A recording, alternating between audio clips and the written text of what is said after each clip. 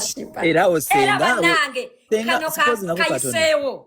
Okay. Sheebah, Cindy, I feel very insulted every time Cindy wants to argue with Sheebah. Your intellectual levels are different. You know, Era your senga intellectual level, honestly, obera musiru nnyo okulowooza mbu Cindy mwavu. senga wenjagala Era okujjukiza n'amubuuza Kadaama. olina ki? Cindy n'amugamba sigenda kukugamba biki bye nnina. I have music, I have talent.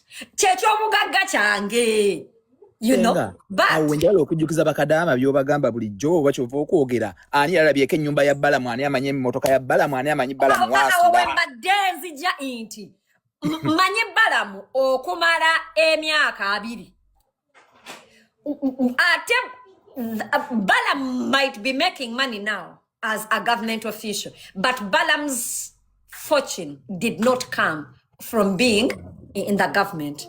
Balaam is one of the richest people that I know in Uganda.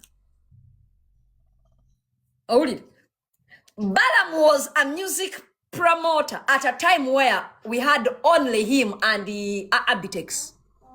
Nga Abitex ategeka bannabitaka basebata nga Balaam yategeka abayimbi abaliko. Ebiseera ebya Abitex mwe yazimbira essabo ku lw'e Masaka. Yes. Olida. Nga Balaam yategeka abayimbi abaliko bonna bomanyi. Abo baka miliyoni manya basindi manya ba Irene manya ba Juliana manya bachi.